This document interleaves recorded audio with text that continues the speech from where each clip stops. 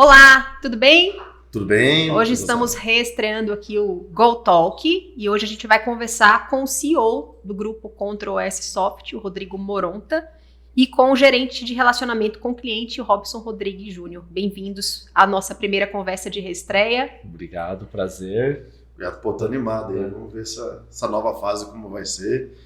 Ter continuidade agora, a gente não para mais, né? Isso aí. Vamos continuar, vamos sustentar. Boa. A gente vai trazer sempre conteúdo interessante e nada melhor do que a gente começar com as pessoas que começaram esse projeto lá atrás, por isso que a gente traz aqui hoje o Rodrigo e o Robson. E a gente vai começar com uma pergunta que eu acho que ela é a mais importante, né? Afinal de contas, quem é o Rodrigo Moronta? Qual é a história do Rodrigo Moronta? E de onde nasceu essa visão empreendedora e visionária que deu origem ao negócio Ctrl+S Soft mais tarde? Quais são os principais marcos da sua história pessoal que colaboraram com o surgimento do Rodrigo empresário hoje? Bom, eu não gosto muito de falar de mim, né? É difícil, né? Mas falando de mim, assim, eu acho que antes de tudo eu sou um pai de família, pai do Gabriel, marido da Juliana. Eu acho que a gente primeiro tem que ser humano, né? Mas contando um pouquinho, né, do que nos trouxe até aqui, o que é que a gente fez, eu acho que a trajetória é exatamente essa. Passa muito pela família, pela convivência que a gente teve ali, o exemplo da minha mãe, guerreira, empreendedora desde sempre. Eu vi ela sustentar 3 filhos de uma maneira heróica, assim, separou cedo. Eu não tenho lembrança do meu pai com a minha mãe, né?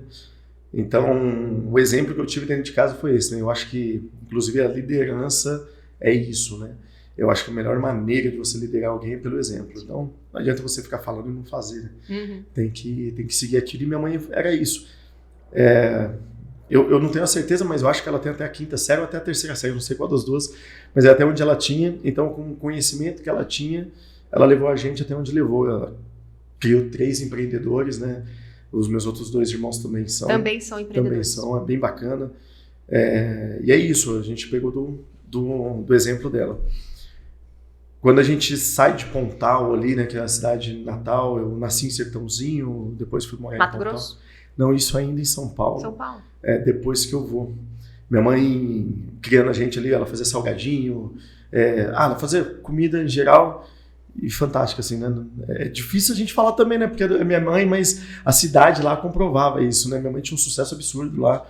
Ela montou uma rotisserie na época, numa cidade pequena, que ninguém sabia o que era uma rotisserie, mas ela montou, teve um sucesso absurdo. Esse sucesso dela também veio primeiro o fracasso, e aí a gente viu como é lidar com o fracasso também. Minha mãe, ela fazia maionese, que era uma maionese muito gostosa e era o produto que ela mais vendia. A cidade amava aquele produto dela. E um dos ovos que ela bateu tinha salmonela. Caramba! Olha, foi o maior surto de salmonela que a gente viu, de entupir o hospital. O hospital da cidade não dava mais conta, o pessoal foi para Sertãozinho, Ribeirão Preto se tratar, de tanta gente que pegou. E minha mãe não acreditava que tinha sido, porque ela tinha tanto cuidado e tanto carinho de fazer. Só que, mais uma lição, né? A gente aprende que não basta. Imponderável, né? Lidar com o imponderável. Alguma coisa pode acontecer, você tem que estar preparado para isso. Tem uma frase que é muito clichê, que todo mundo usa, que é: espere o melhor, mas se prepare para o pior. E minha mãe não tinha esse conhecimento. Então, quando ela descobriu isso daí, foi uma coisa muito pesada com ela. Ela conseguiu, né, superar isso. Graças a Deus, ninguém morreu. Ficaram muito doentes, pessoas ficaram bem doentes mesmo, mas não morreu ninguém.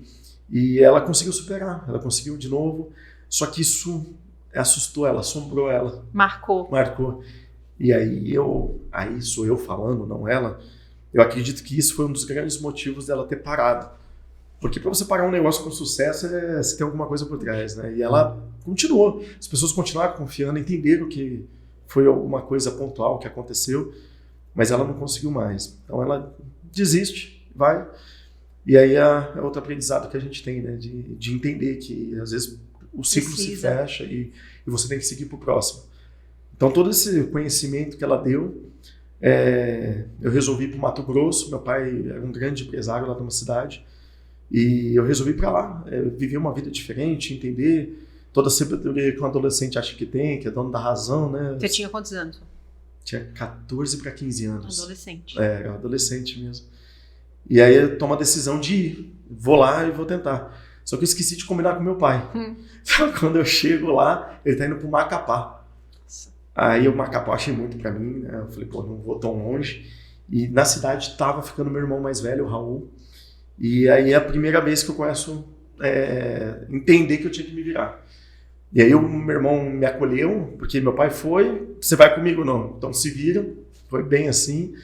E aí meu irmão me acolheu, ele era recém-casado.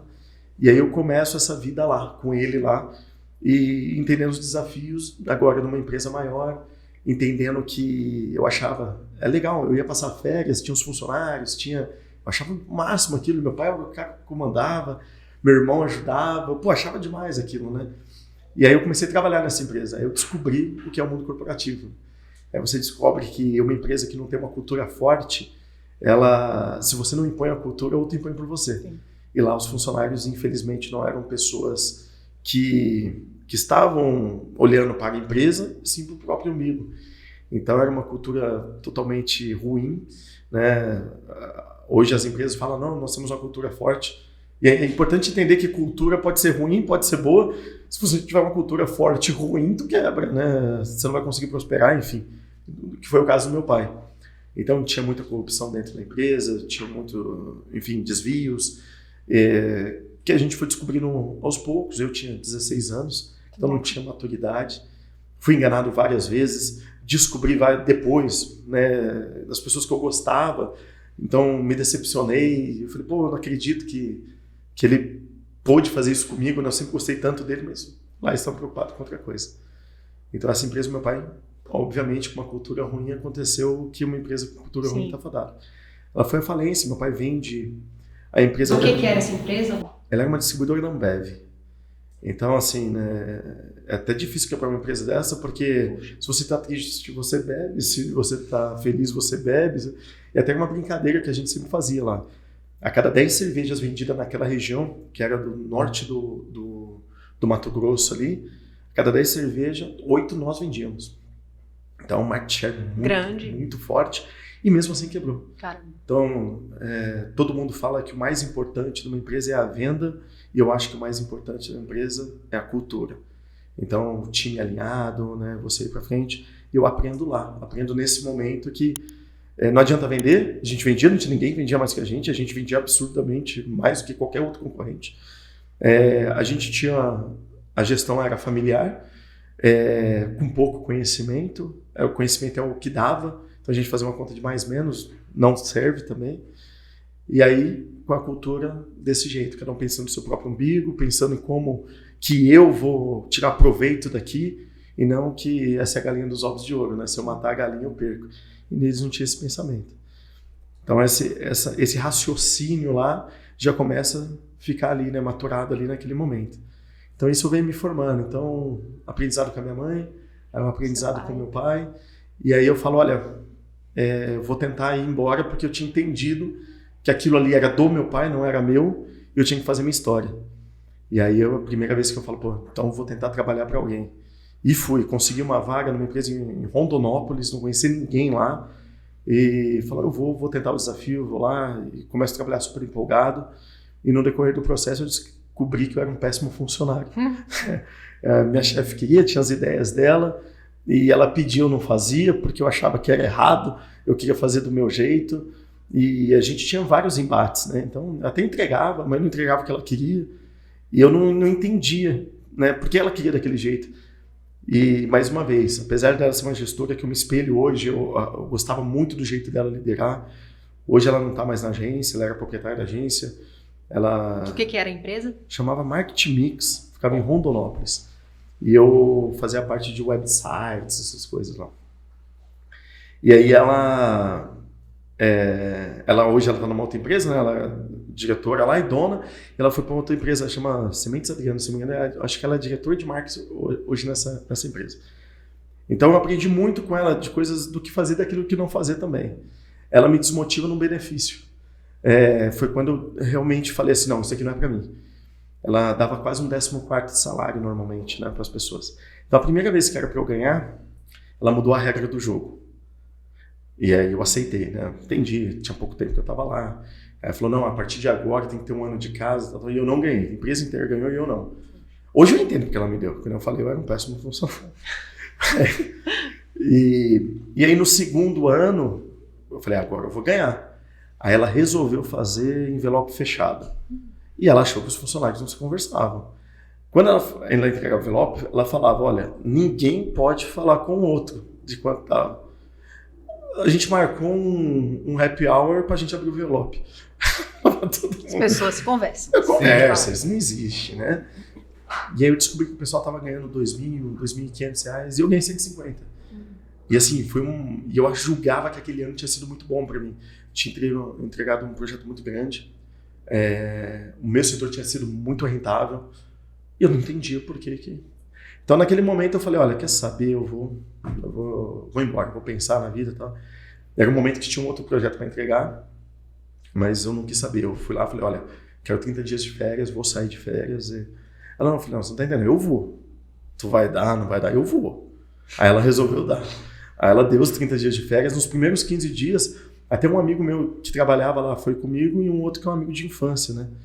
A gente montou no carro e esquecemos da vida. Fomos curtir, viemos até Guarujá, saímos do Mato Grosso, viemos parando e aproveitando a vida. E aí esses 15 dias foi de desestresse, né? Descompressão, a palavra que o pessoal usa agora.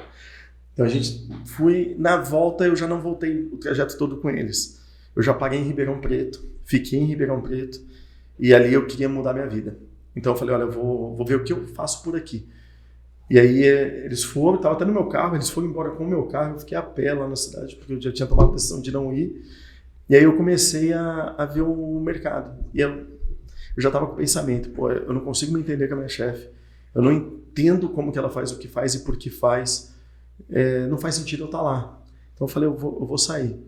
E a minha primeira reação foi buscar outros empregos, né? Eu vou procurar outro emprego, vou ver o que eu faço da vida e tal. Por que você parou em Ribeirão Preto especificamente? Ribeirão Preto é a metrópole da região onde eu nasci, ali, Sertãozinho. Então, a família é próxima, uma cidade maior, acho que tem 1 milhão de habitantes lá, se não me engano, e a família é perto, tudo. Então, na minha cabeça, eu estava voltando para minhas origens. Minha mãe estava ali, meus irmãos, enfim. E aí eu comecei a andar e eu falei, pô, não faz sentido. Eu recebi até uma proposta de uma empresa grande, bem grande, para ir trabalhar. E recebi uma proposta de uma empresa que estava começando, que não tinha nada, absolutamente nada. E, inclusive, o que me ofereceu de salário era menos que o salário mínimo. Só que envolvia 2 coisas que eu era apaixonado. Carro e tecnologia. Aí eu falei, pô, gostei. Eu tinha dado aceite na empresa, né, que essa parte de tecnologia dessa empresa ficava em Curitiba. Tinha dado aceite, já tinha ido lá me apresentar, tinha feito contrato de trabalho. Eu tinha voltado para procurar minhas coisas. E aí eu liguei e falei, então, eu não vou mais. Caramba. Não vou mais porque era uma oportunidade de voltar a empreender. E lá eu ia trabalhar para alguém de novo e eu falei, pô, eu vou ser ruim de novo, eu não vou conseguir entregar. E aí foi a coragem de renascer. Só que aí eu já estava mais maduro, né? Aprendizado da minha mãe, aprendizado do meu pai, o meu próprio aprendizado. Falei, agora eu acho que é o momento de eu voltar. Então eu já sabia muito o que eu queria, sabe? Então eu falei, ó, daqui para frente eu sei como eu vou fazer. Me preparei, estudei bastante, li muitos livros. Estava bem denso mesmo. E a partir dali a gente começa uma nova trajetória. Então nasce a Creditudo ali, ainda sob o nome de Company Confere. Que ano foi isso? 2009. 2009. Isso aí. E eu não tava lá ainda. Tava quase, né? Tava quase. 1 ano e meio eu já tava chegando. Em 6 meses a gente descobriu que ali não era o nosso lugar. Um dos sócios já se desliga nesse momento. Infelizmente ele não rendia. Até um cara, gente boa de coração, mas não rendia. E a gente com uma pegada mais forte de entrega. Sem hora para dormir, sem hora para mais pra agressivos. Acordar, muito mais. Nessa época eu trabalhava 18 horas, 19 horas por dia, era absurdo. E o rapaz, nada contra, eu tenho meu cachorrinho também, mas ele apareceu no escritório passeando com o cachorrinho, e tranquilo, e a gente sem dormir há 2 dias. Então não fazia muito sentido. Muito diferente. A gente falou, não é o momento, e a gente desfaz essa empresa chamada Company Confere e nasce a Creditudo, que é onde tudo começou. né, sob esse nome. E aí com o sócio Damião Medeiros, de Taubaté, que é o cara que acredita na gente, fala, pô, eu vou investir, investiu R$25 mil para a gente começar o nosso projeto, que era para comprar 4 cadeiras, 4 computadores, basicamente é isso. E foi o que a gente pediu para iniciar o projeto. Onde vocês estavam nessa época? Taubaté. Taubaté. E aí eu vou morar num hotel, esse da minha Medeiros é dono de 3 hotéis, e quando a gente fala hotel, eu sempre penso no Hilton, né? Mas não é isso. Não. Hotel ideal. É o hotel ideal lá em Pousada do Viajante. Morei na Pousada do Viajante e no hotel ideal. É. Quando eu melhorei de vida, eu fui pro hotel ideal. Eu passei na Pousada do Viajante. Caramba! Pousada do Viajante. Uma construção antiga lá de Taubaté. Uma Pousada do Viajante. Pô, pena que derrubaram, você viu? Derrubaram. Mas uma construção bem antiga mesmo. E eu morava num quartinho, assim, ele fez uma reforma, né? Eu morei num desses quartos reformados, mas também quando você fala em reforma, você acha que ficou bem melhor, né? Não era bem assim. Eu entrava, né? Sim. Bem antigo, ele passava pela Sandrinha, que era a zeladora do hotel, da pousada. Ia pro meu quarto. Meu quarto era uma cama de cimento, com um colchonetezinho, uma TV 14 polegadas que eu acho que não funcionava, porque eu nunca consegui fazer ela ligar. Não tinha nem tempo. Não tinha. E meu guarda-roupa era a mala que eu tinha levado aberta no chão. E era isso. É isso que a gente Sua tinha. infraestrutura. Minha infraestrutura toda era isso daí. Aí o banho que eu tomava, o banheiro que eu usava, ficava a 2 quartos de distância. Tinha mais 2 quartos. Aí eu usava aquele banheiro, que era um banho comunitário. Mas, mais uma vez, assim, não vejo isso como coisa ruim. Foi uma decisão que eu tomei. Foi uma decisão... não pensei que ia passar tanto sufoco, mas que eu sabia que eu ia sofrer. Porque tem um momento que a gente tem que sofrer e tem que entender isso, sabe? Tem que... vou lá, vou sofrer, mas vou em busca. E se der errado, tá tudo bem também. Sim. Vou tentar de novo, tal, mas eu vejo isso como positivo. E aí, até tem uma história... vou contar essa história, que é uma história legal. Um dia eu tava nesse quarto e tava chovendo muito. Chovendo muito. E não tinha o que fazer, né? Eu não tinha nem pra onde ir. Eu tinha minhas 4, 5 horas de sono ali que eu ia conseguir ter naquele momento.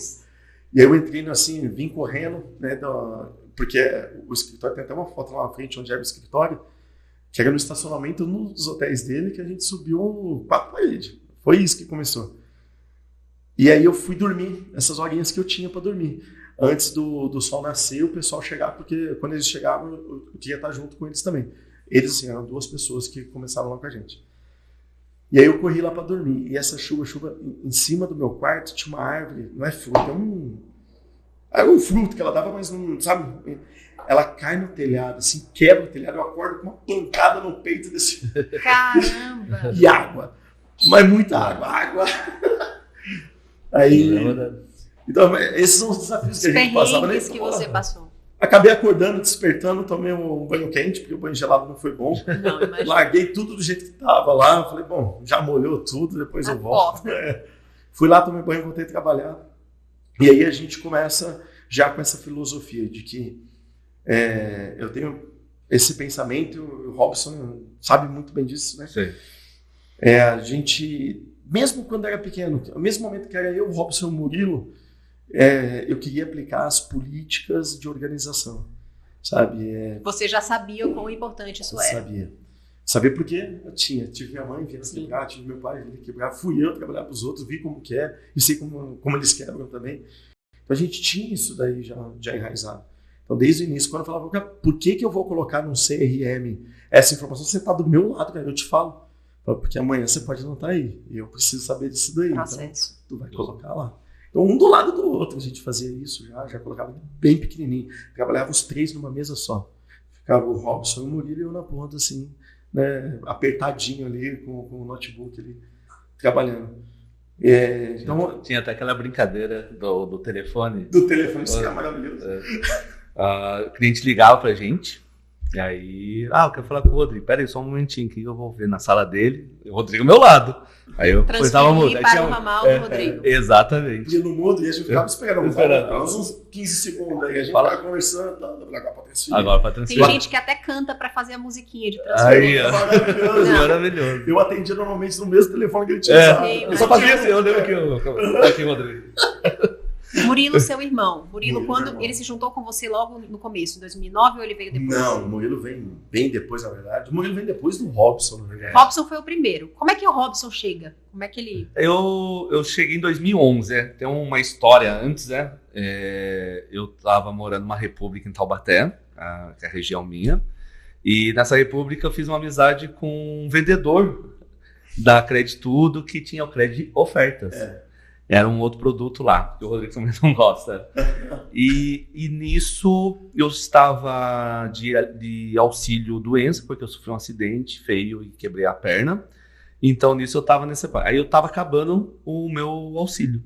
E nesse período eu estava acabando, eu falava, não tenho mais emprego, essas coisas. Aí o Rafael, Rafael Rodrigues, meu sobrenome, né? Ele falou, vou falar com o Rodrigo e com o Damião. Você mexe em tecnologia, estão precisando lá. Negócio de tecnologia é falar, formatar computador, né? E aí, beleza. Aí nesse período eu fiquei uns 2 meses, tá? Sem emprego, acabou meu auxílio, tudo. E nisso ele me ligou, numa sexta-feira, não lembro até hoje. Eu tava na minha cidade natal, que é São Luís do Paraitinga, minha cidadinha lá. E aí nisso, ele falou, o Rodrigo tá esperando, se puder ir hoje fazer uma entrevista lá. Beleza. Aí eu não tinha carro, nada, peguei o carro do meu pai, um Corcelzão 82, azul. Saí de São Luís, que é perto, 38 quilômetros, fui até Taubaté. Final do dia, numa sexta-feira. Que é 11, 10, 9, dia 8 de junho, porque eu lembro quando eu entrei dia 11. Olha a memória do Robson. Ele é incrível. Eu usando tudo. Sensacional. Aí eu tava lá, o Rodrigo, lembra? Já tava na casa, não era na garagem, ele já tava já mais uma estrutura. Deu um Já tinha upgrade. crescido. E aí entrei, eu lembro que a Valéria recepcionou eu, e aí eu entrei, tava esperando, ele tava naquela sala sul do fundo lá. Aí estavam vocês dois, do Damião e tal. Eu lembro que você falou, que eu fiz umas perguntas, sabe formatar computador, tudo? Não sei, tudo, enfim, tá contratado. Segunda-feira você começa, fala com a Débora, que a Débora é a mais que iniciou lá atrás. E quando eu entrei, eu já tinha 2 anos de casa, tudo. Então, aí no dia 11 de junho que eu comecei lá na Creditudo, 11 de junho de 2011, em Taubaté. 8 horas da manhã, a Débora chega de bicicletinha lá e recepcionando. Eu lembro que tinha um outro funcionário lá que estava na formatação, né?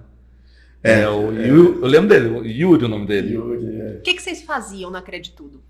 Na Creditudo lá, a gente era a questão da informação, né? Então... Ela já nasceu com essa característica, já da informação. A gente nasce com dados automotivos. Então a minha função lá era, junto com a Débora lá, né? A Débora estava à frente, de a gente atualizar em cima da construção. E era tudo manual, né? A parte lá. O cliente lá chegava, clicava... Era uma outra era, né? A gente brinca que é bits, bytes e caixa, né? Para o cliente é digital. Na verdade, aqui atrás tem um monte de gente trabalhando para poder fazer entregar. E aí a gente, em cima de caía lá a informação e a gente tudo pegava lá os famosos XMLs e vinha abastecendo a informação para o cliente. E aí nessa questão, e ele dava esse suporte. Aí com isso a gente foi evoluindo, né? Aí eu lembro, em 2011, aí 2012 já começou... junto lá, que eu lembro da programadora que eu esqueci, a Andrea, criar lá a questão que tá até hoje, assim, foram iniciados os laudos, né, nas vistorias. O que te chamou a atenção logo no começo de trabalhar com o Rodrigo? O que te inspirou a entrar pro projeto? Eu queria muito trabalhar em escritório, com tecnologia, essas coisas, porque antes eu tinha experiência com fábrica. Era legal, os benefícios, tudo, mas nunca mais me encantava. Então, nisso, vi essa oportunidade lá. Estava desempregado, vi essa grande oportunidade de trabalhar no escritório, informática, assim, ter um pouco assim, de autonomia, fazer algumas coisas nas questões de como computador, de estar nos projetos, essas coisas, e isso me encantou. E essa autonomia que o Rodrigo te deu também foi um decisor? Foi muito lá atrás, lá.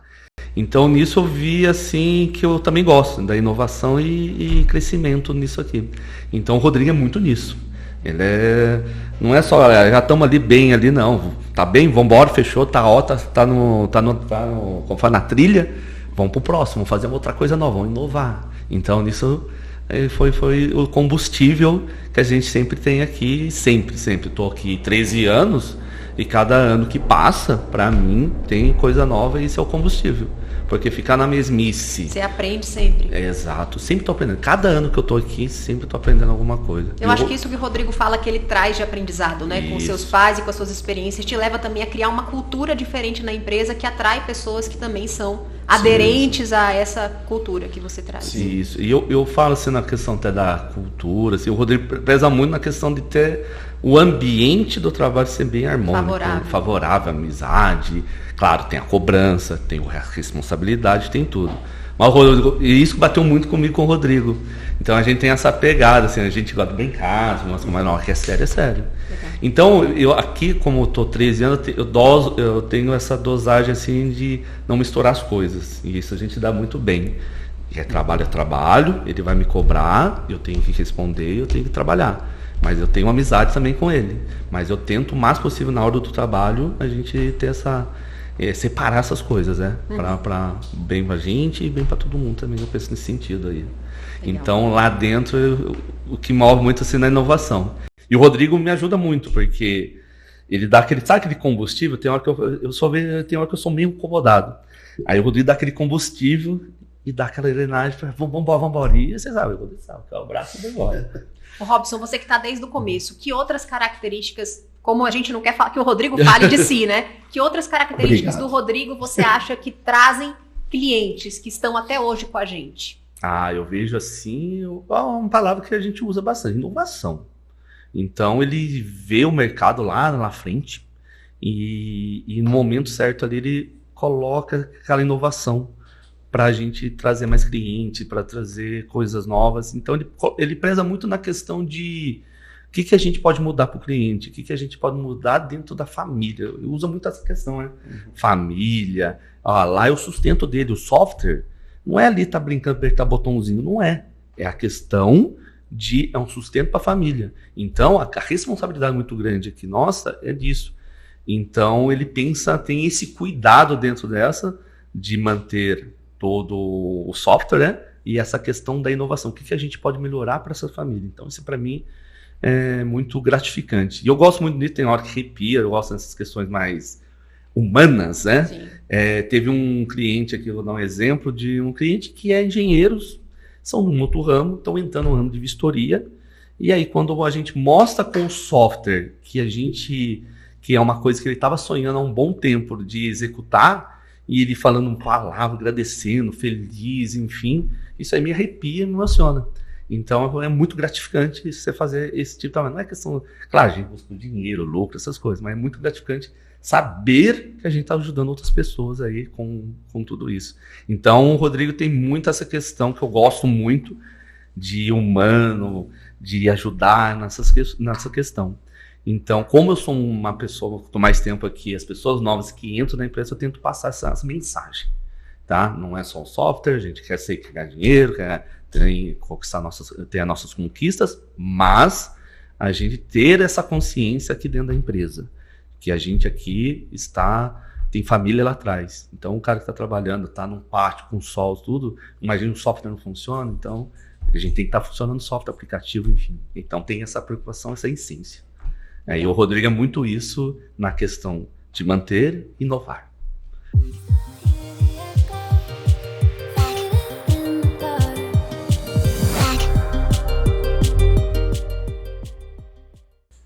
Apresentando o Lucas Rafael, nosso produtor audiovisual, que está cuidando aqui da parte técnica. Obrigada, Rafa, pela ajuda aqui, pelo auxílio nessa retomada do nosso podcast. Quem é Rafa? Eu conheço como Lucas. Lucas Rafael, nosso famoso funcionário 2 em 1. Ele é duas pessoas numa só. Nossa. Diretamente da Zona Norte.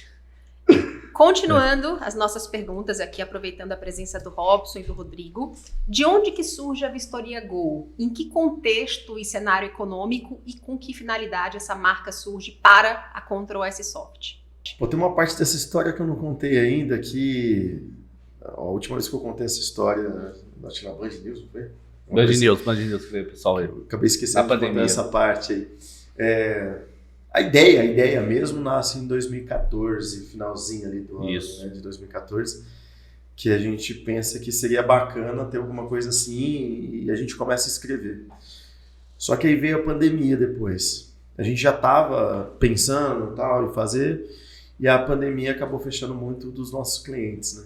E a gente falou, pô, como que a gente pode ajudar esses clientes a ter Salvar seus projetos. Como a gente pode ajudar a salvar os projetos deles. E a gente, Vistoria Go. Vistoria Go é o ideal, é o cenário ideal para a gente conseguir fazer isso.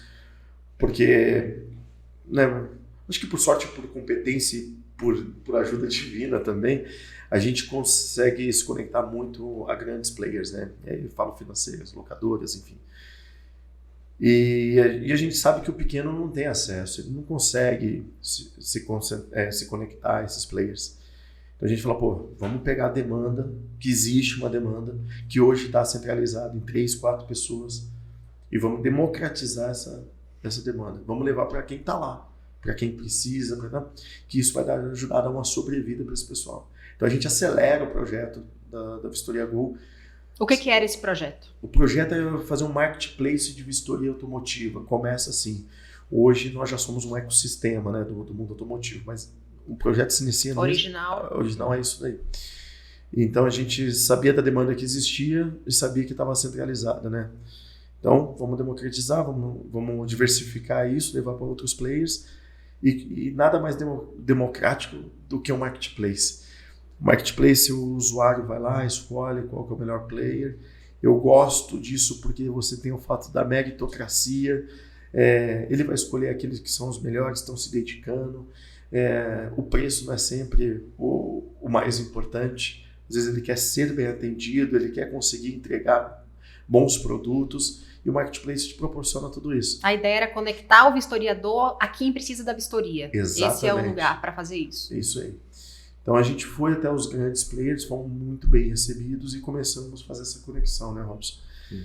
E tá tendo um relativo sucesso, gosto muito, né? Hoje a gente já passou de 800 lojas aí, já transbordamos o conhecimento que a gente tinha e o crescimento dos nossos clientes, que é o que mais nos satisfaz. E o lance da fronteira, estamos em todos os estados. Todos os estados. Todo o Brasil, todo o território Brasil, nacional. Todo. Já estamos mais de 300 municípios, se eu não me engano, são 330 municípios. Isso, 330 municípios, mais de 3.500 colaboradores. Já estamos quase 5.000, cara, 4.800 já. Cresce rápido. 4.000. Eu estou só implantando, aí eu não vou vendo esses números aí. Cresceu. Que a implantação quando eu faço a implantação às vezes de uma rede, já dobra, triplica, porque às vezes uma loja tem 3, 4 vistoriadores, né? Então, quando a gente conta os usuários, conta esses 3, 4 e não somente o CNPJ. Então, no último aí que a gente está implantando 70 lojas iniciais. Exatamente. Então, dessas 70... Para começar. Então já vai bater 5.000 já. Curiosidade, quais estados demandam mais vistoria hoje? São Paulo. Olha, eu li até esse relatório recente. Tinha um estado do Nordeste que eu tô com medo de falar o errado aqui. Se eu não me engano, o Ceará, tá? Também é um bom player nosso. Mas hoje o maior São Paulo, Minas está crescendo absurdamente. Ele era o nosso 9º estado, hoje é o 3º. Nossa. Perde para São Paulo e para esse estado do Nordeste. Acho que Santa Catarina também tá vindo bem agora. Tem os pátios, né? No Nordeste, Pernambuco. Às vezes eu tô falando Pernambuco. Por isso que é o Nordeste. Pernambuco tem os pátios, tudo lá. E também a gente tá vendo muito também o Norte, né? Tá começando a expandir o Norte. E esses estados também têm oportunidades para vistoriadores, né? Já que a demanda está surgindo, também tem oportunidades. Isso. Rafa, nos estudos que eu faço, eu acredito que hoje, num cenário pessimista, o mercado é atendido 20% e num otimista 35%. Nossa. Não passa disso. A gente tem mais de 1 milhão de vistorias mês mapeadas. Isso é aquilo que é mapeado. Se eu for contar outros tipos de vistoria, por exemplo, se a gente colocar vistoria de constatação, de identificação, outros tipos de vistoria, e aqui eu só estou falando de cautelar e transferência, que é a mais básica, pelo menos 1 milhão. Se a gente colocar essas outras aí, a gente quase dobra, vai para quase 2 milhões. Uau! E o mercado tem no máximo hoje, os players que atuam no mercado, 350 mil vistorias. Puxa. Então ele é um mercado relativamente novo, ele nasce em 92, esse mercado.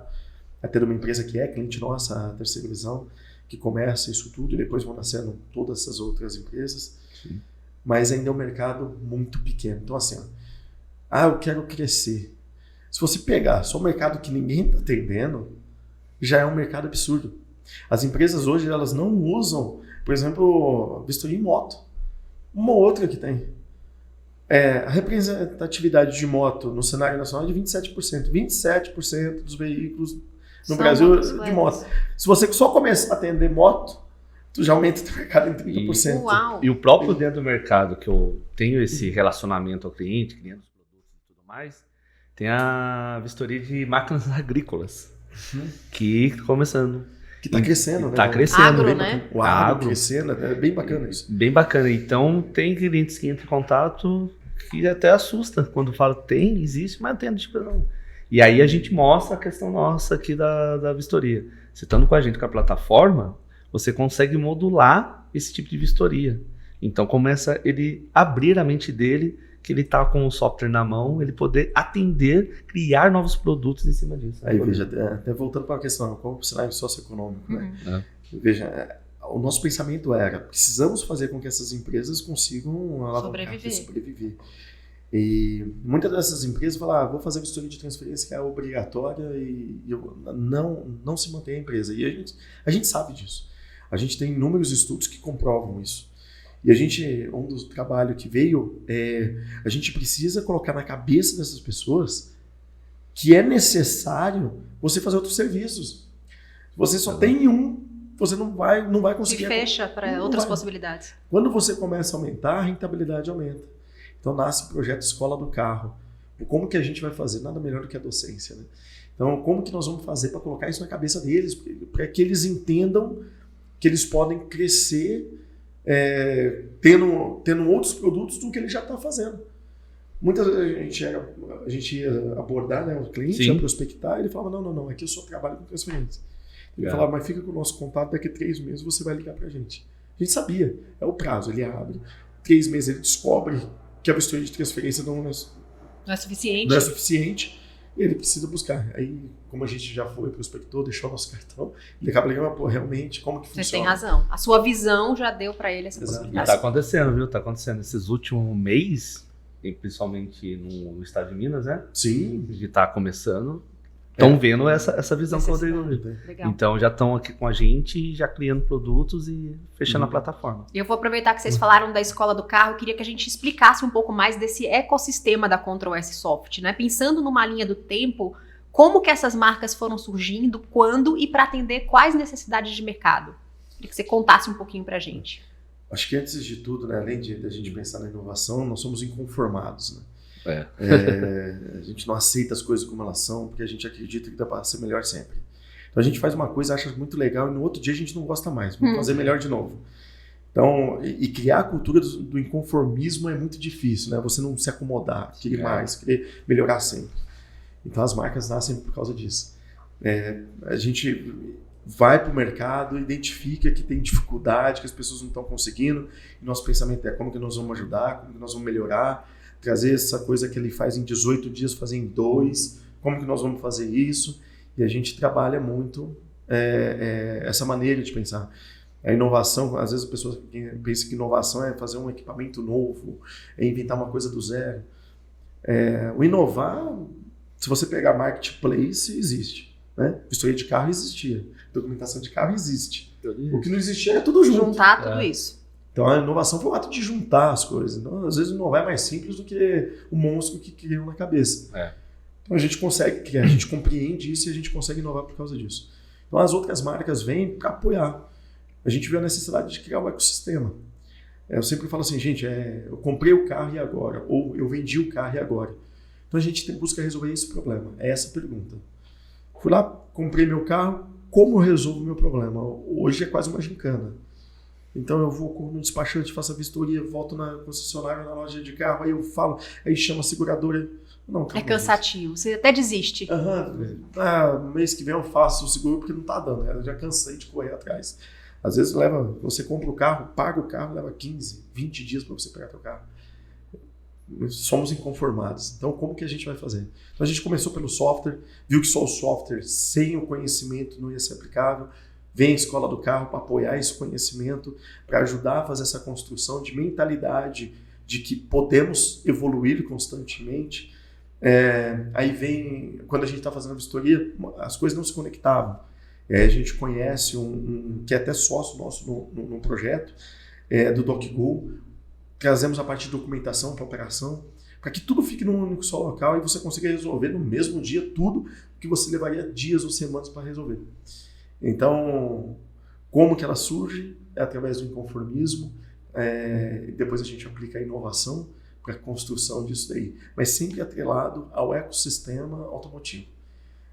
O final que a gente quer é que o comprador de carro, que o consumidor tenha uma boa experiência nesse processo de compra e venda e seguro. O mercado automotivo... Confiável, né? Confiável. O mercado automotivo, infelizmente, é muito mal visto no mercado e a gente quer mudar essa visão. E a gente acredita que pode. A gente acredita que vai conseguir. Temos fé, né, Robson? Sim, sim. E tem o ponto lá que a gente fez, né? Os workshops. Sim, e um outro que acho que foi um ponto muito importante, principalmente na Cautelar, a convenção da Cautelares, né? Uhum. Que foi em novembro de 2022 que a gente fez em São Paulo lá.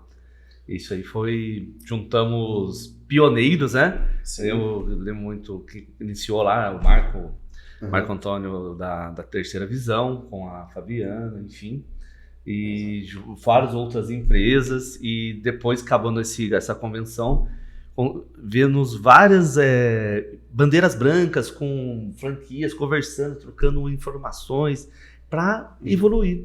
Então, esse ponto aqui foi muito aqui da gente, de unir mesmo, tá? Esse pessoal sozinho não dá. Legal. Então, precisa a pessoa do software com a gente, a pessoa de capacitar, que é a escola do carro, o pessoal das franquias, bandeira branca, pessoa de pátio, funcionárias, enfim. Vocês unirem tudo e fazer uma mesma entrega. Exatamente. E a gente acredita tanto nisso que concorrentes nossos a gente convidou. Não tem. Não, vamos lá, vamos junto. O Gustavo Stein, da Unio Solutions. Da Unio, vamos lá, convidamos outros também, porque não quiser, não. Foi o NECA. O NECA.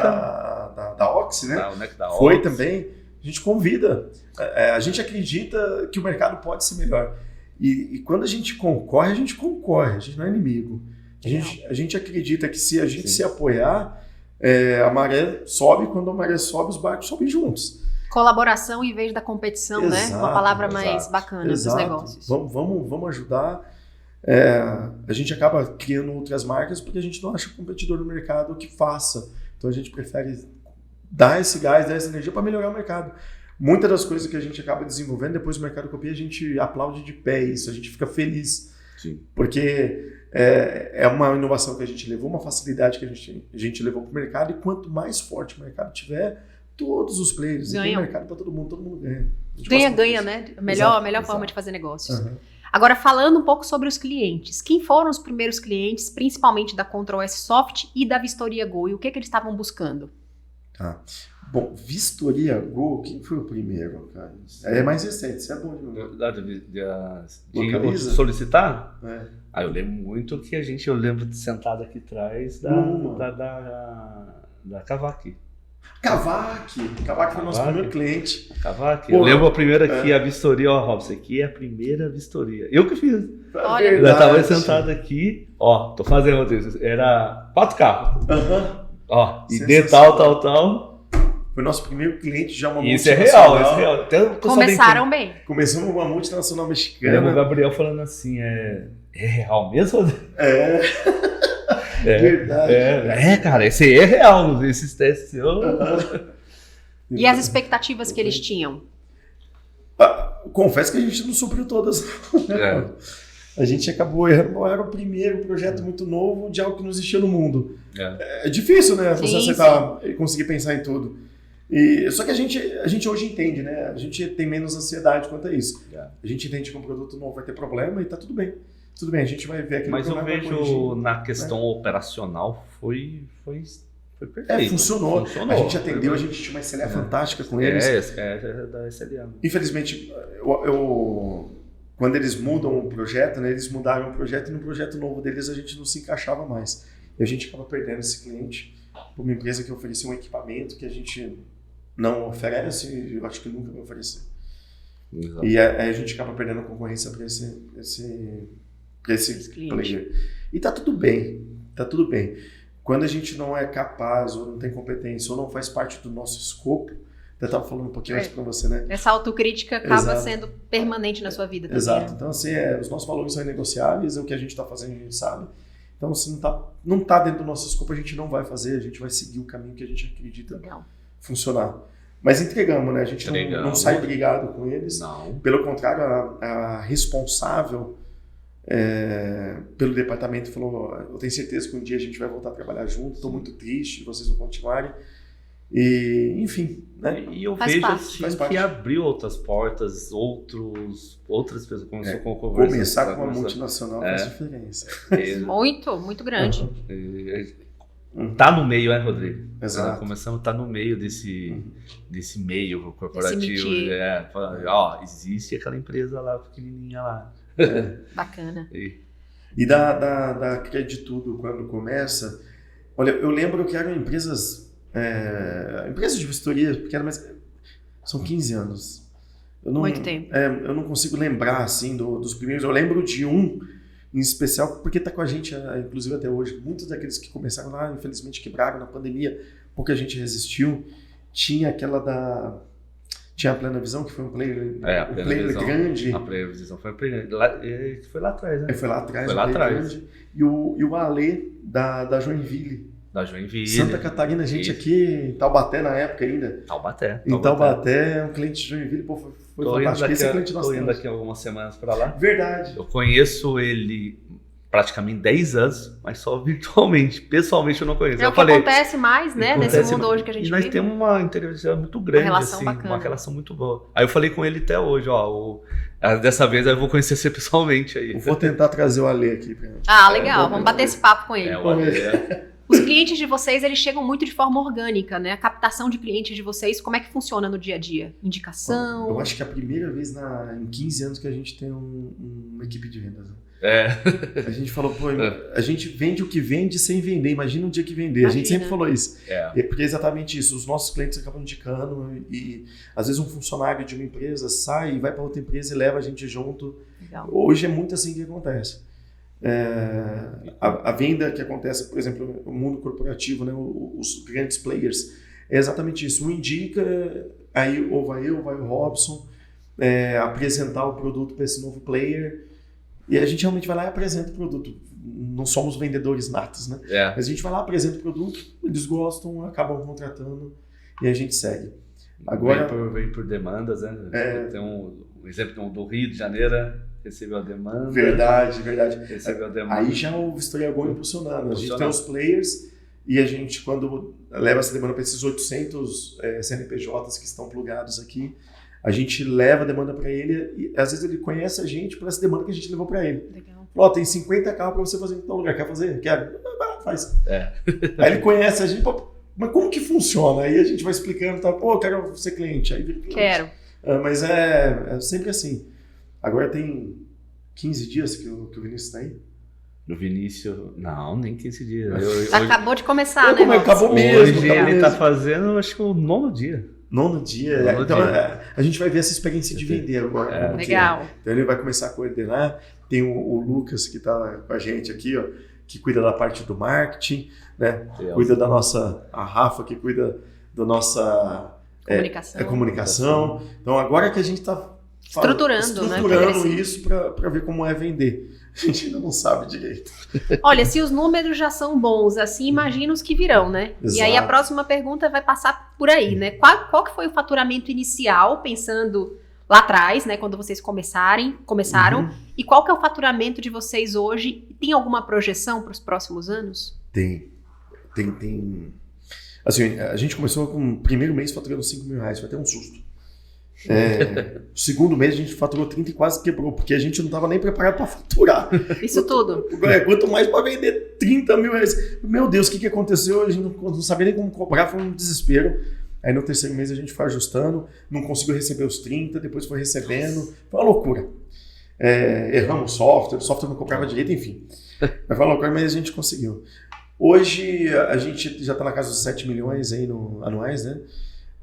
Acredito que em breve a gente, com os clientes já fechados, né, a gente vai chegar na casa dos 12 já no próximo ano. A gente acredita nesse número, é bem factível acontecer, mas a gente projeta aí entre 50 e 75 milhões aí nos próximos 10 anos. A gente acredita realmente com os produtos vindouros aí, a gente vai chegar nesse número. Todo ano a gente está crescendo, né? Todo ano. A gente cresce constantemente há 15 anos. Com exceção de 2014, uma decisão ruim que eu tomei. E até ruim. na pandemia. Na pandemia, A gente falou, se manter tá bom, crescendo. E da pandemia é legal que a gente tava normal. Tava toda a crise, o Rodrigo veio calmando todo mundo, né? Pessoal, pode ficar tranquilo, todo mundo em casa, todo mundo vai receber.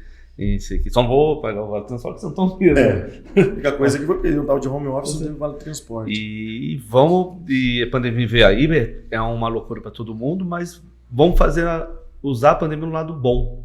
Vamos estruturar aqui dentro. É um pouco da visão do Rodrigo, né? Tentar sempre olhar o copo meio cheio. Exato. E aí a gente trabalhou normal na pandemia, durante a pandemia. Aí começou voltando tudo, e durante um pouquinho ali, já voltando, a gente já teve até entrevista de grandes comunicações, como você já mencionou, a Band News veio aqui saber do Marketplace, enfim. Como que vocês cresceram na pandemia, né? Exatamente. Todo mundo vai ter essa pergunta. Como bom jornalista vai se perguntar. E outro ponto que ela gostou é o que falou do departamento de felicidade do cliente. Legal. Então ela deu um ênfase assim para a filosofia ali, deixar o cliente feliz, porque normalmente quando chega no suporte, ele chega com problema, ele está nervoso, ele está bravo. Então ali o pessoal é treinado para deixar o cliente feliz. Vamos falar um pouquinho sobre o DFC, porque eu acho que é uma das coisas que vocês têm aqui de bacana, esse departamento de felicidade do cliente. E a próxima pergunta vai falar sobre isso, né? Quantos clientes a gente tem hoje, considerando cada uma dessas marcas, de que segmento eles são e o que eles buscam, considerando os nossos serviços. Tá, eu vou pedir depois pra você repetir que eu lembro da Não, é que são três perguntas em uma.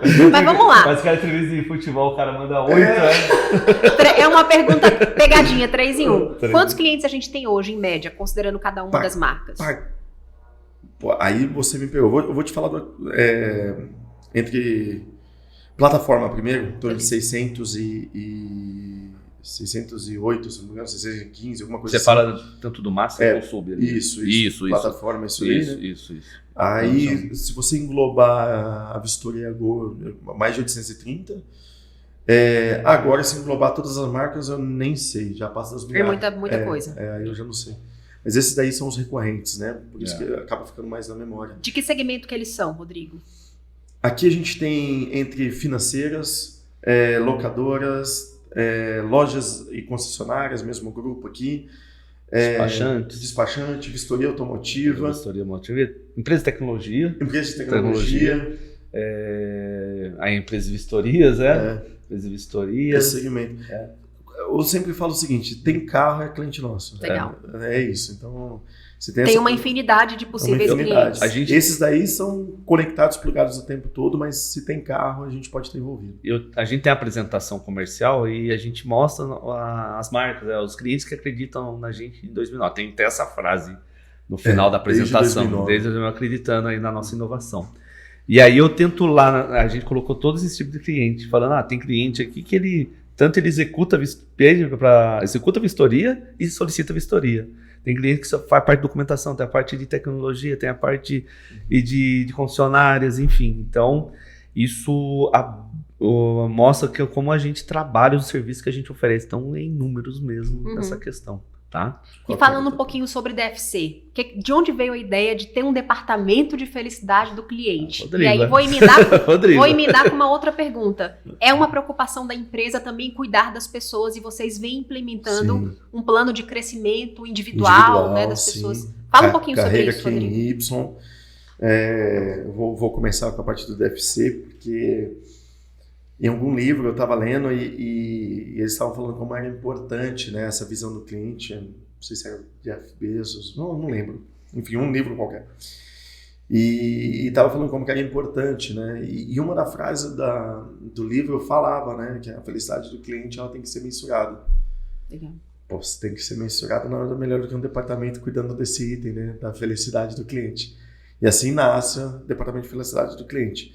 A gente tem uma preocupação tão autêntica quanto isso, porque é duro a gente falar, porque parece ser mentira. Mas, os números estão aí, eu consigo provar com números, fatos. A gente teve, não quer dizer que não tem problema, até estamos com um problema nesse momento com um cliente no interior de Santa Catarina. Jaraguá do Sul. A gente tentou resolver por telefone, não resolveu. Eu falei, Robson, faz o seguinte, pega o avião e vai lá.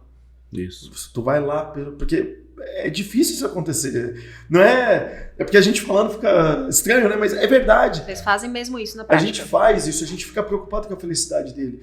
Se eu pudesse compartilhar a mensagem que eu mandei para ele, eu falei para ele, olha, eu só quero a oportunidade de mostrar que o problema que você está tendo não é uma coisa nossa. Então a gente vai. Se depois de você ver a nossa verdade, né, e a gente deixar feliz, que eu tenho certeza que nós vamos te deixar, e você quiser sair, tá tudo bem. Só me dá a oportunidade dessa impressão que você está tendo, a gente poder mudar ela. E depois, se você quiser ir, tá tudo bem, não vou insistir mais, né? Não vou ser o chato que insiste. E ele deu uma oportunidade pra gente, a gente tá indo lá. Isso. Então a gente treina eles para que entenda isso na sua essência. Então eles são avaliados, os clientes podem votar. Se tiver algum cliente vendo a gente, vote de verdade, porque é levado em consideração. E a gente tem muito mais 10 do que qualquer nota. A nossa nota mais baixa é 8. Uau. Então quando tem abaixo de 8, a gente olha com carinho. A gente vai em cima, porque não faz sentido. Pô, todo mundo tá 8, 10, 8, 10, 8, 10. Porque problemas acontecem. Mas eu acho que a nossa maneira especial de ser é como a gente trata o problema. Depois que ele aconteceu. O que a gente faz com ele? A gente põe debaixo do tapete, a gente finge que não viu, o que a gente faz? O livro que mudou minha vida é Oba, Problema. Então quando aparece um problema, eu falo, Oba, problema, vamos resolver. A oportunidade vem. Exato, é uma oportunidade de mostrar como nós somos competentes. Então a gente pratica isso de verdade, na nossa essência. Legal. E com os colaboradores também, vocês fazem muito isso. Verdade. É do coração. O que a gente faz, eu acho que a gente passa nessa vida com uma missão. E eu acho que a nossa missão aqui é desenvolver pessoas. Então, como que a gente pode desenvolver isso? Através do empreendedorismo. E a gente orienta que o nosso time aqui também seja o mesmo. A gente tem aqui uma carreira em Y, para que a pessoa não se frustre. Frustre. Obrigado. Porque às vezes a pessoa quer falar assim, pô, para eu ganhar mais eu tenho que ser gerente. Pô, não quero ser gerente. Eu gosto de fazer o que eu faço. E aí a gente pensa, pô, por que a gente vai fazer isso com ele? Ou então, pô, para ser gerente fulano tem que sair. Aí você cria aquela guerra do cara que quer o cargo do outro. Então a gente tem essa metodologia, a gente tem uma profissional dentro da empresa dedicada a isso, a cuidar para que as pessoas se desenvolvam. E uma vez que ela atingiu as metas internas dela, ela se capacita a pedir uma promoção. Essa promoção pode ser por um cargo de gerência, de analista, ou eu vou ser um especialista no que eu faço. E ela consegue aumentar seu salário, ganhar mais, enfim, né? Atingir seus objetivos dentro daquilo que ela faz, que ela se sente bem. Então, só o fato dela evoluir e entregar mais, trabalhar com entregas, né? Então, se eu entrego mais, eu mereço mais. Então, ela consegue se capacitar a novas entregas, ela vai lá se candidata àquilo, vai fazer as novas entregas, a partir do momento que ela conseguiu fazer essas entregas, passou pela avaliação, ela começa automaticamente a ter o seu salário. A decisão é dela, de ir, de fazer, eu quero evoluir, eu não quero evoluir, eu quero ficar aqui, pra mim tá bom aqui. E tá tudo bem, a gente precisa das pessoas naquela posição. Se ela quer ficar ali pra sempre, tá tudo bem pra mim, não tem problema nenhum. Ela só tem que saber que aquela posição tem aquela faixa de salário. Se eu quero mais, eu preciso me aprimorar. Eu preciso ir pro próximo passo. A sua experiência como funcionário ajudou na criação desse modelo, né, Rodrigo? Muito. Como eu falei, através de um bônus, eu decidi não trabalhar mais na empresa. Então é pensar muito antes de fazer isso. E eu não queria cometer esse erro. Eu não queria dar algo que eu sei que foi do coração dela. Conheço, chama Maria Ângela, o nome dela. Eu conheço a Maria Ângela, assim, e eu sei que ela fez de coração. Eu só era um péssimo funcionário, aquilo que eu merecia, né? No dia eu não entendia, mas eu já entendo. Só que, olha só, uma coisa que ela fez de coração, que ela deu um bônus, me desmotivou a tal maneira de eu não querer voltar nunca mais naquela empresa. Eu não queria fazer o mesmo. Então, deixa alguém tomar a decisão. Ainda bem para todos os funcionários da sua empresa hoje que você tomou essa decisão, né?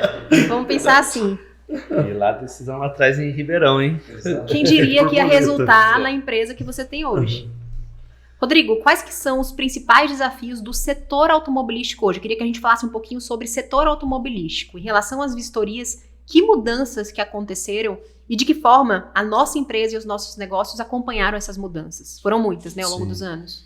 Sim, eu acho que o maior desafio hoje do setor é a matriz energética. Hoje a gente fala muito de carro elétrico, eu acho que é a terceira ou quarta vez que surge carro elétrico no mundo, e sempre é o mesmo problema, capacidade de bateria, tempo de carregamento. Infelizmente as outras vezes sumiram e essa vez a gente não sabe o que vai acontecer. Pode ser que fique, pode ser que não. Eu acho que tem chance de ficar por um único motivo. Eu acredito que o futuro automotivo são várias matrizes. Vai ter o carro a hidrogênio, vai ter o carro elétrico, vai ter o carro a combustão, sei lá, a palha de milho, cada um vai funcionar de um jeito diferente. Carvão. E você escolhe a sua matriz energética. E às vezes uma pessoa vai ter duas matrizes, porque uma para o meu dia a dia, outra para uma viagem. Isso pode acontecer, e na verdade já até acontece. Tem gente que usa carro elétrico para se locomover urbano. E tem uma sua motinha lá. Minha motinha, eu faço isso. Você faz mesmo isso? Faço isso. Aqui eu tenho uma motinha elétrica, vou e volto, trabalho com uma motinha elétrica, e se eu preciso um pouquinho mais longe, eu tenho meu carro que eu ando com ele. E eu acredito que é isso. Aí pensando no nosso cenário, eu acredito que acompanhar isso é um desafio. Como que a gente vai fazer? A documentação hoje, por exemplo, é diferente do carro elétrico, né? Então a gente tem que se aprimorar e deixar a plataforma pronta para que possa acompanhar essa mudança governamental. O tipo de vistoria muda. Antes você não precisava se preocupar com amperagem, com voltagem de bateria. Agora você tem que se preocupar. Então a gente conseguir acompanhar essa evolução junto com o mercado automotivo, acho que é o grande desafio. Porque a gente está inovando dentro do setor que é muito burocrático. Uhum. E além disso, o mundo não parou. Ele não está esperando a gente chegar lá.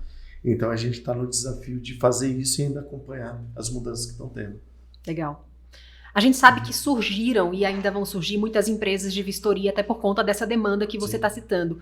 E uma pergunta importante é como sustentar esses negócios de vistoria, né? Porque muitos acabam fechando por N razões. Queria que você contasse um pouquinho qual que é o segredo para se manter um negócio de vistoria hoje no Brasil, com as características que nós temos. Diversificação. Se você ouvir qualquer analista financeiro, hoje o que eles mais falam é isso. Eu vou investir na bolsa, diversifique, não fica num setor, qualquer coisa. Vou na padaria, se você conversar com um consultor que ajuda você a montar uma padaria, ele vai falar diversifique, não fique só no pão, faça bolo, faça... Caldo, pizza, uma padaria aqui, faz tudo. Qualquer coisa. Né? Pizzaria é na padaria, o restaurante é na padaria, tudo ali. E você vê o sucesso que ela tem, por diversificação, né? E vários públicos, né? Sim, vários públicos. E a vistoria é isso. Muitas empresas de vistoria nascem com o intuito de fazer aquela vistoria obrigatória de transferência. Então, é obrigatório. E tem gente que fala o seguinte ainda, que eu já ouvi muito isso, e é muito mais frequente do que o cara analista. Ele fala o seguinte, olha o tanto de carro que tem aí, vou fazer as vistorias de transferência desses carros, é muito carro que tem aí. Você não sabe quanto da frota que troca. Então, beleza, tem um monte de carro e ninguém troca de carro. O que adianta? Você não sabe onde você vai montar. Vejo muita empresa nascendo no local que o cara não compra e vende carro. Não faz uma pesquisa de mercado antes? Não faz, não se prepara.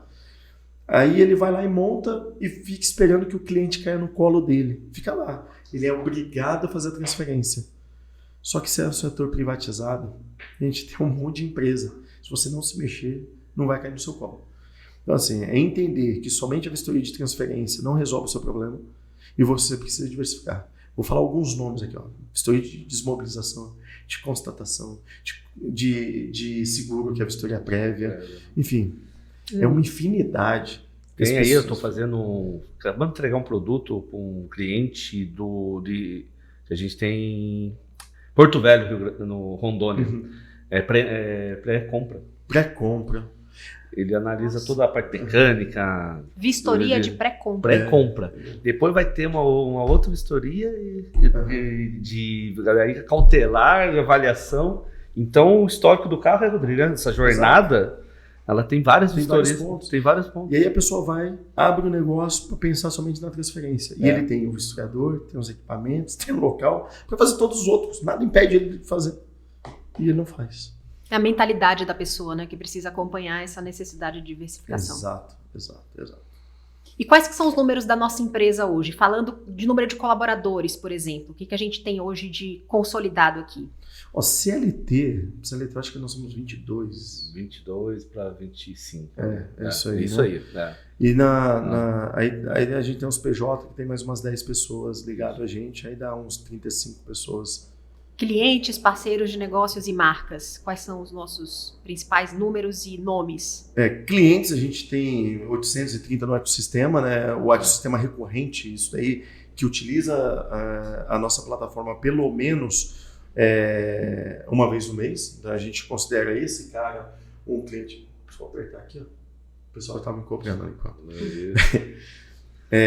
Então 830 é um número.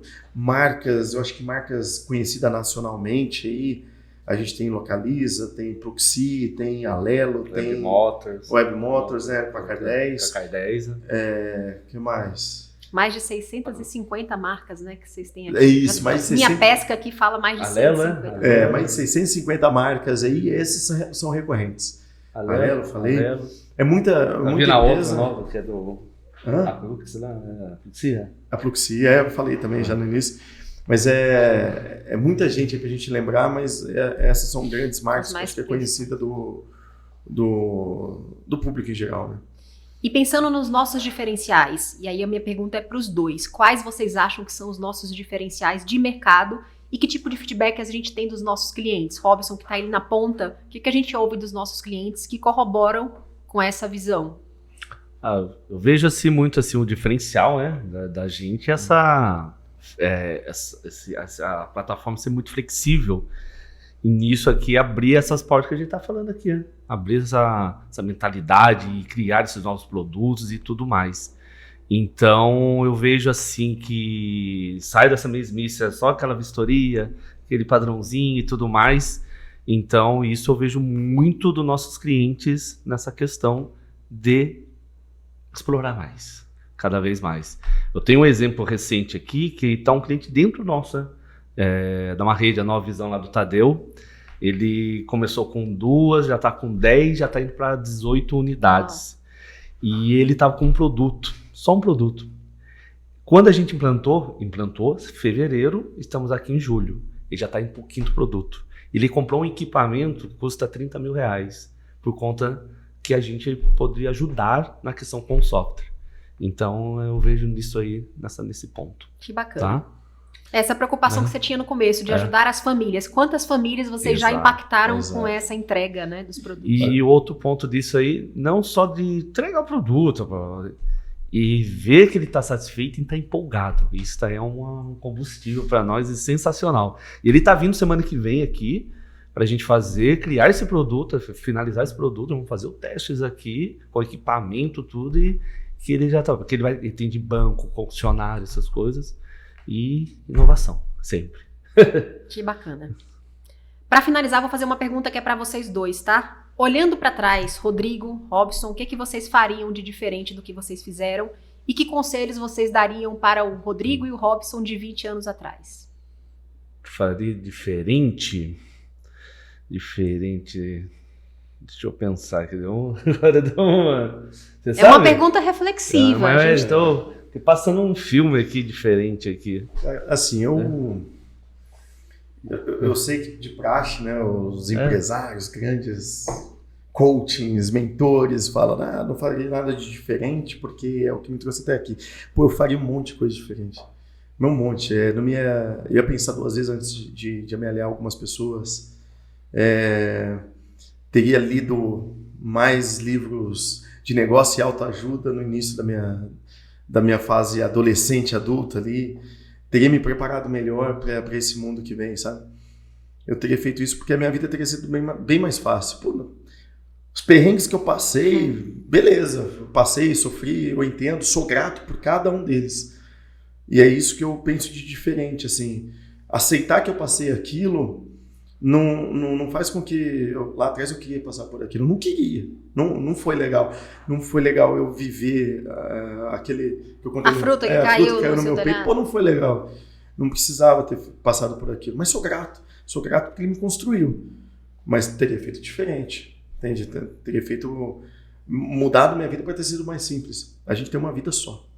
Eu acho que eu não preciso ficar sofrendo minha vida inteira para falar, olha, me construir aqui. Né? Não, posso viver uma vida mais tranquila, uma vida que vai ser plena, que eu vou me orgulhar no final, que eu vou olhar. Eu quero olhar no retrovisor e falar, pô, cada escolha ali que eu fiz, onde foi bom, onde foi ruim, eu gosto muito disso, sabe? Do momento de reflexão, saber onde eu errei, ser grato àquilo, mas saber que eu poderia ter feito diferente. Acho que o que me ajuda a crescer e continuar em evolução, ser um inconformado que eu sou, é ser grato, mas saber que eu podia ter feito diferente. Basicamente é isso. Legal. Eu penso assim que nas decisões que eu tomei atrás, assim, na vida pessoal do trabalho, o Rodrigo também já participou de algumas coisas, né, comigo, e graças a Deus nessas decisões que eu tomei errado lá atrás, o Rodrigo me ajudou muito e deu outras oportunidades para mim. Então é isso que eu me reflito muito nessa questão. Às vezes não pensava direito nas consequências, mas eu tenho, sei lá, acho que principalmente umas coisas que eu fiz até com o Rodrigo, que eu já errei lá atrás, me ajudou bastante e colocou, parece que nos trilhos assim. Então eu penso nessa reflexão, nesses momentos que eu não pensei direito nas consequências e agora eu penso muito mais. Penso nesse sentido aí. Tá? E é legal saber que você pode mudar, porque você não precisa repetir o erro. Se eu faria tudo de novo, e eu tiver a oportunidade, eu vou fazer de novo. Tem uma expressão muito usada hoje, né, que é o tal do long life learning, a mentalidade do aprendizado contínuo. A gente tem que saber que a vida inteira a gente está aprendendo. Exato. Com tudo que acontece de bom e de ruim. Né? Então, acho que essa é uma dica importante que, diante das histórias que vocês relatam, também fica. Sim. Tudo que aconteceu com a história da Control Soft, com a história individual de vocês, acaba colaborando para esse crescimento de vocês e para a maturidade da empresa hoje, né? Que está num momento muito mais maduro. A gente tem praticamente a mesma idade, aí tem as decisões lá atrás, a gente é empolgado, não tem essa... Essa história da idade a gente pula na piscina. Verdade. Gente, super obrigada pelo papo, acho que foi muito produtivo, é legal para as pessoas entenderem um pouco mais da história, né, da empresa, que confunde-se com a história de vocês, não tem como. Eu acho que os próximos vão ser com os nossos clientes, com os nossos parceiros, né? Então, obrigada, Rodrigo, obrigada, Robson, obrigado ao Lucas, que deu toda a assistência aqui aos imprevistos e percalços. Valeu, Lucas. Mas acho que a gente está numa fase bacana de retomada e a gente espera ter próximos podcasts, trazer cada vez mais conteúdo interessante sobre o setor automotivo, sobre as vistorias. Mas começamos, é um bom começo. É isso daí. Voltamos, hein? Voltamos de volta. Obrigado, Rafa. Obrigado, Rafa. Estamos com muita expectativa, né? Eu acho que vai ser bem bacana. Empolgados também. Empolgado, porque é um conteúdo que a gente não vê por aí. Nossa, Eu gostaria de ter visto muita história de muitos empresários aprender com o erro deles, que é o jeito mais inteligente de aprender com o erro, né? Com dos outros. Então, encurta o caminho da gente. Exato. Então, obrigado por tudo. Obrigado, viu? Aê! Conseguimos? Finalmente, gravamos. Quantas horas deu?